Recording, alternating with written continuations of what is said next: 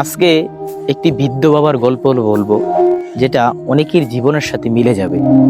একটি বৃদ্ধ বাবার কথা হলো যে আমি আর আমার ছেলে তো একই ডেকের থেকে ভাত খাই, তাহলে দিন দিন আমার শরীর দুর্বল হয়ে যাচ্ছে এবং শরীর নষ্ট হয়ে যাচ্ছে, আর আমার ছেলে দিন দিন সুঠাম দেহের অধিকারী হচ্ছে এবং একজন শক্তিশালী পুরুষ হিসাবে নিজেকে গড়ে তুলছে।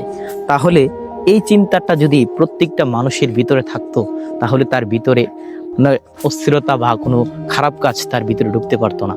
একটি বৃদ্ধ বাবার কথা যদি আমি আপনাকে বোঝাই দিই, বৃদ্ধ বাবার কথাটা প্রত্যেকটি কথায় আমি এই ভিডিওটা দেখলে আমার প্রত্যেকটি কথাই ভালো লেগেছে।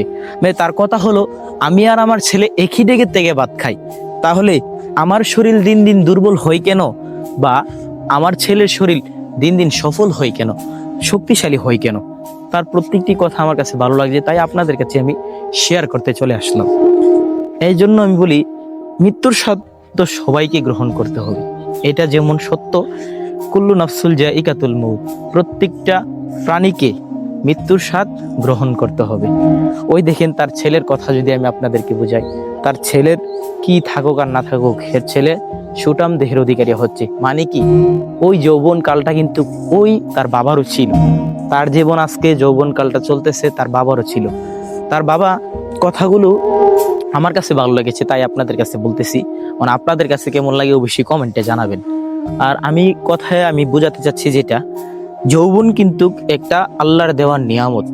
এই নিয়ামত পেয়ে আমরা কে কিভাবে নিজের জীবনকে পরিচালনা করতেছি বা যৌবনকে পর্যবেক্ষণ করতেছি, আমরা তা নিজেও জানি না।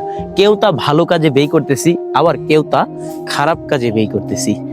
আমি আপনাদেরকে বোঝাতে গেলে 20% আজকাল ছেলেপেলেরা তার যৌবনকে কিভাবে নষ্ট করতেছে, তার সুঠাম দেহকে কিভাবে। আচ্ছা ভাই, আমার শরীরে আল্লাহ যে এখন যে সৌন্দর্যটা দিছে, আমার বয়স যদি 70 কিংবা 65 হই, যদি দুনিয়াতে থাকি, আল্লাহ আমার বয়স যদি 70 কিংবা 65 হই, যদি দুনিয়াতে থাকি, তাহলে কি আমার শরীরে ওই পরিমাণ শক্তি থাকবে বা এই সৌন্দর্যটা থাকবে? তাই সৌন্দর্য এবং কি যৌবন, এটা হলো আল্লাহর দেওয়া একটা নিয়ামত, এটা অস্বীকার করা যাবে না। ওই বাবার কথাটা হলো, কথাটা প্রত্যেকটি কথাই লজিক আছে। যে বাবা বলেছিলেন যে আমার ছেলে আর আমি একই ডেকেতে ভাত খাই, আমার ছেলে সুঠাম দেহের অধিকারী হচ্ছে, শক্তিশালী হচ্ছে, আর আমি দিন দিন দুর্বল হয়ে যাচ্ছি। দুনিয়া, এটাই বুঝি দুনিয়া। আর আমার ছেলে আর আমি তো রাতে এক বিছানায় থাকি, আমার ছেলে নিশ্চিন্তা ঘুমায়, কোনো টেনশন নাই, আর আমার মাথার মাধ্যমে মৃত্যুর টেনশন, কবে যে আল্লাহ পাক আমাকে দুনিয়াতে নিয়ে যায়।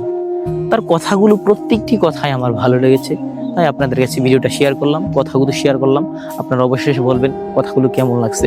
ধন্যবাদ, সবাই ভালো থাকবেন।